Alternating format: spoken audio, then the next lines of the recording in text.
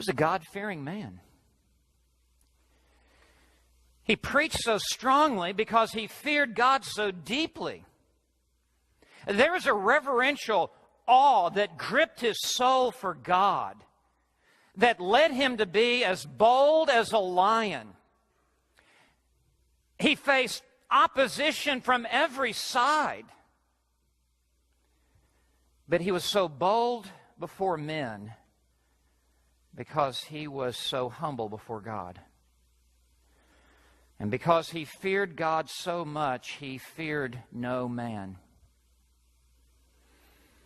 Knox said, "What influenced me to utter whatever the Lord put into my mouth, so boldly, without respect of persons, was a reverential fear of my God, who called me and of His grace appointed me to be a steward of divine mysteries, in a belief that He will demand an account of the matter in which I have discharged the trust committed to me when I stand at last before His tribunal."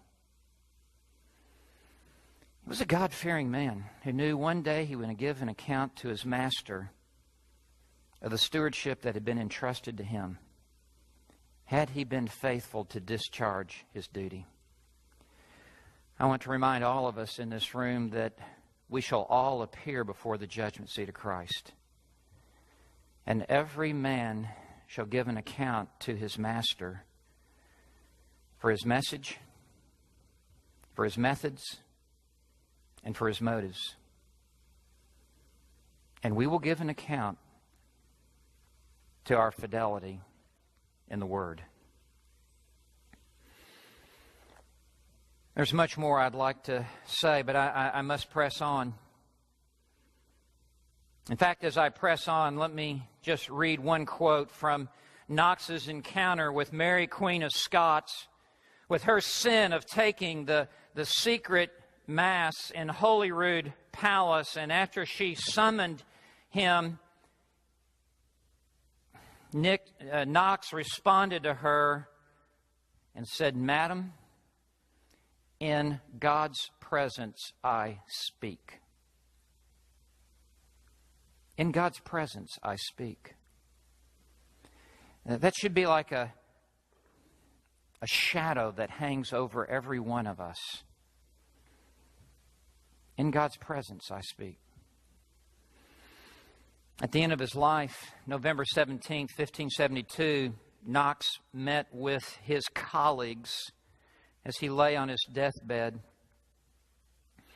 And he said, "A certain reverential fear of my God, a certain reverential fear of my God, who called me